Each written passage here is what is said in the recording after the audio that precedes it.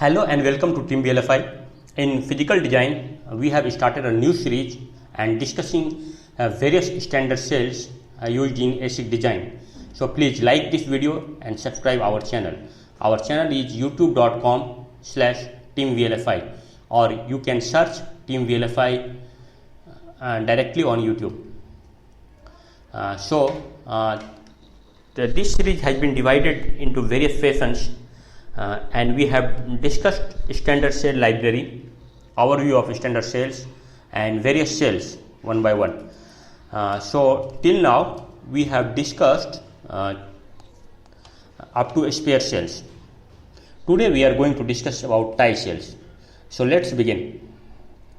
Tie cells. So first thing is why we use tie cells in ASIC design.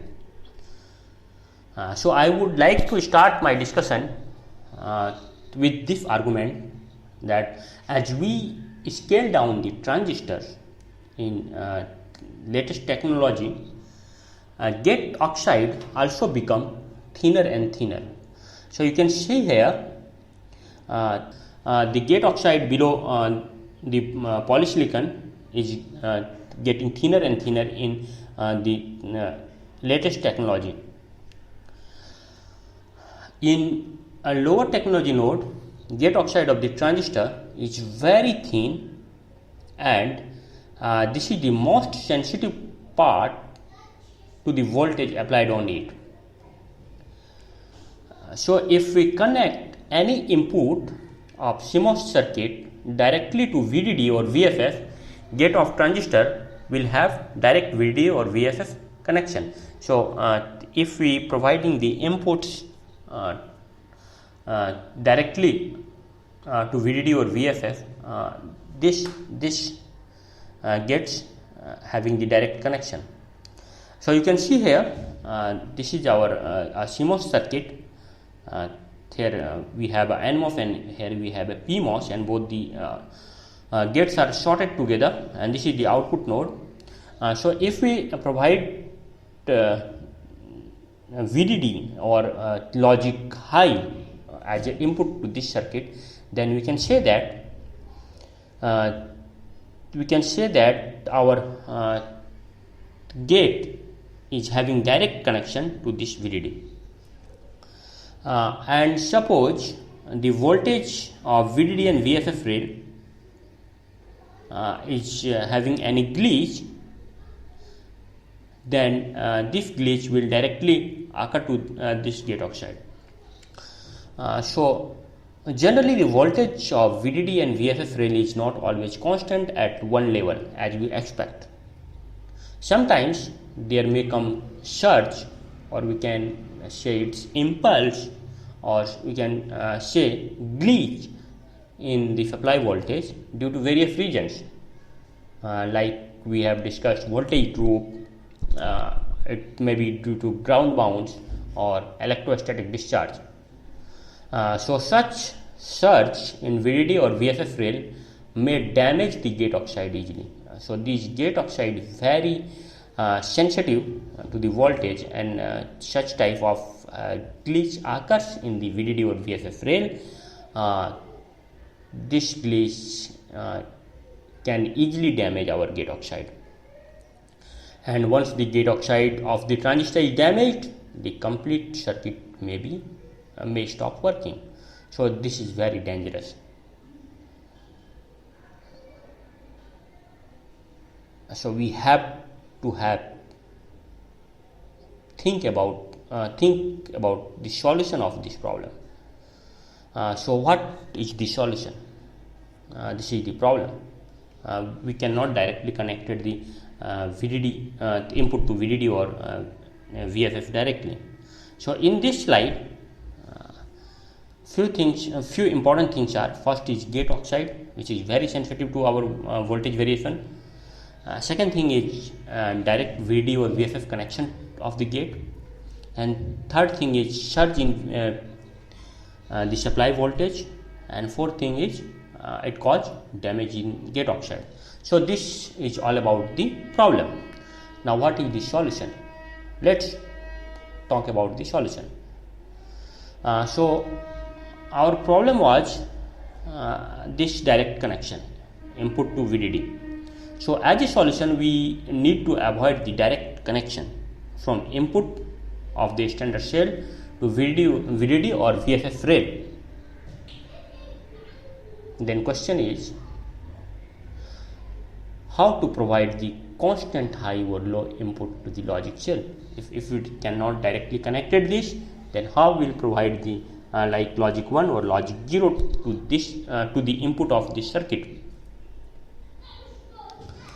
So solution is first cut this connection which is connecting directly to VDD, and we have a specially designed cell in our standard cell library. Kindly note that this which cell we are talking about is not available in all the standard cell library, but mostly all the modern standard cell library is having this cell. So we provide the connection, we provide the input of this circuit through this standard cell. So you can see here this standard cell is having no inputs, only one output, which is connected to the circuit, the input of this circuit. So this specially designed standard cell is called tie cell.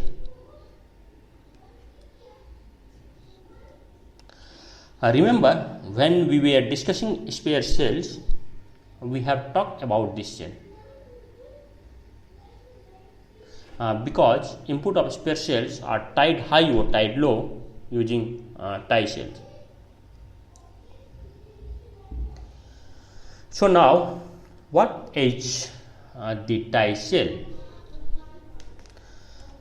So we can say that tie cell is a special purpose standard cell which has no input and a single output which remains always constant, either high or low.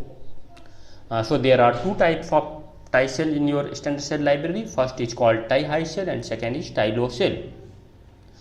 Output of tie cells is always high, you can say it's VDD, whereas the output of the tie low cell is always low, it's VFF. If an input of standard cell need to connect to high logic, a tie high cell will be used, and if it need to connect to the low logic, a tie low cell will be used. So now we will see the schematic and layout of the tie cell. Tie cell are having various types of design in various standard cell library. A very simple design of tie cell has shown here. So this is the tie high cell. You can see here this is a PMOS and this is a NMOS. Drain of PMOS is our output, and gate of PMOS is connected to the gate of NMOS, and drain is shorted, and drain of the NMOS is shorted with the gate of the NMOS. So this is the tie high cell configuration. And if we talk about the layout, then it's very simple layout. In this region we have NMOS, and this region we have PMOS, and this PMOS is completely sitting inside this anvil. The drain of PMOS is our output, that is V out. Source is connected to VDD. Both the PMOS and NMOS gate is shorted. The drain of NMOS is connected to the gate of the NMOS, and source of NMOS is connected to our VFS, and there is no input, only output. So it's very simple layout. Similarly, we have the tie low cells schematic here. In this case, the gate of PMOS and drain of PMOS is shorted, and output is taken from the drain of NMOS, and its layout is like this. The source of PMOS is connected to our VDD, drain of PMOS is shorted with the gate, and both the gate are shorted together. The source of NMOS is connected to VFS, and drain of NMOS is our V out. Okay, so now we will discuss about working of tie cells, how this tie cell works. So before discussing the working of tie cells, I would discuss about this configuration of NMOS. Probably you have studied this configuration in your literature and you remember it. So what special is here? Here you can see the this is a NMOS and its drain and gate is shorted together. So what will happen if the gate and drain of NMOS is shorted together? I would like to request you, if you don't remember these things, kindly refer this schematic and read more about this configuration of NMOS.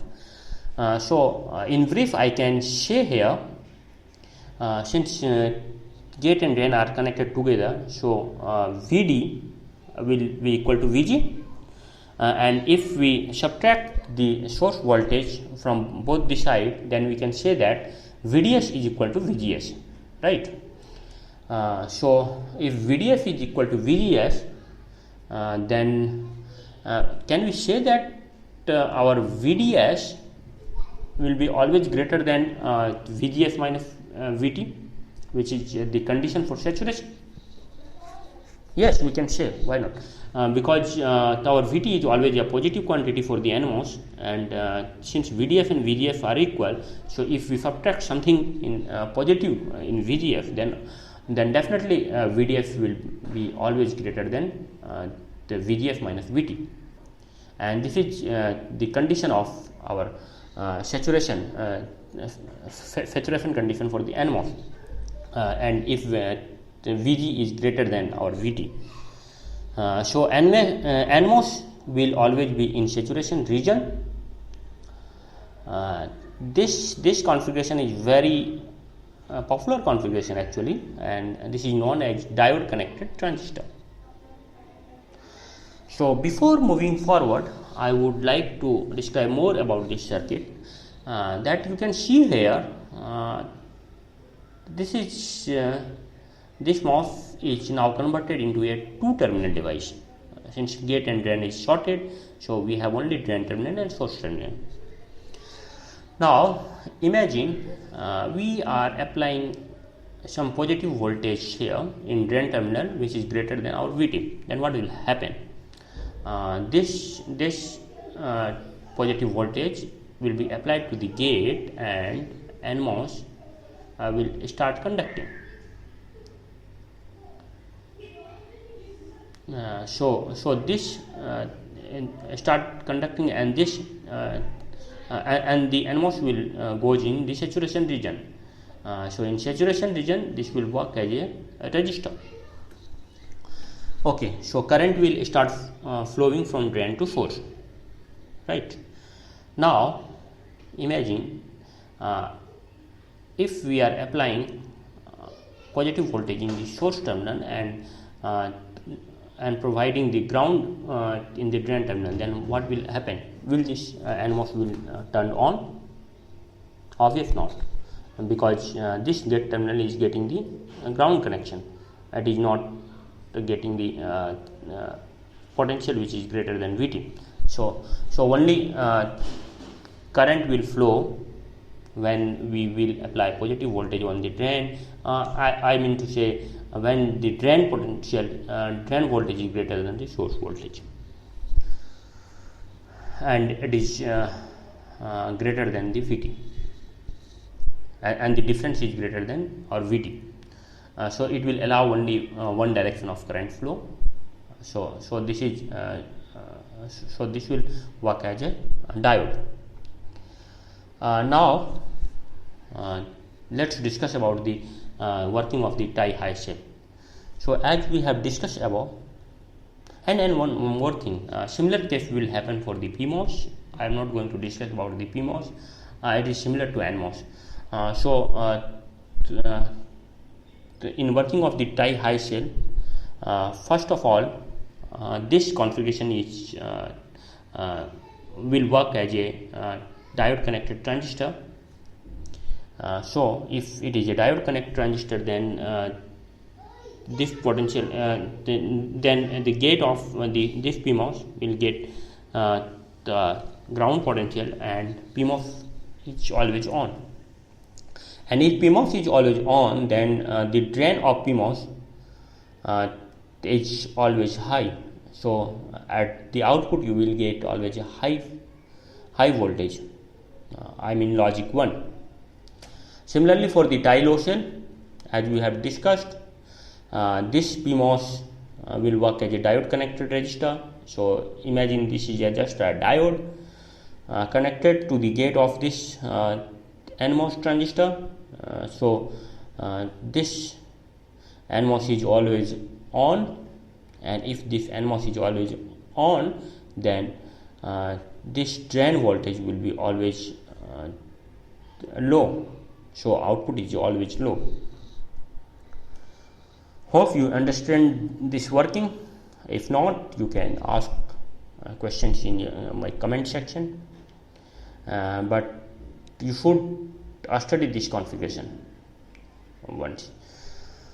So now I would like to summarize this session. So tie cells protect the gate oxide damage from any sudden variation in the supply voltage. A tie cell is used to connect the input of standard cells, either VDD or ground.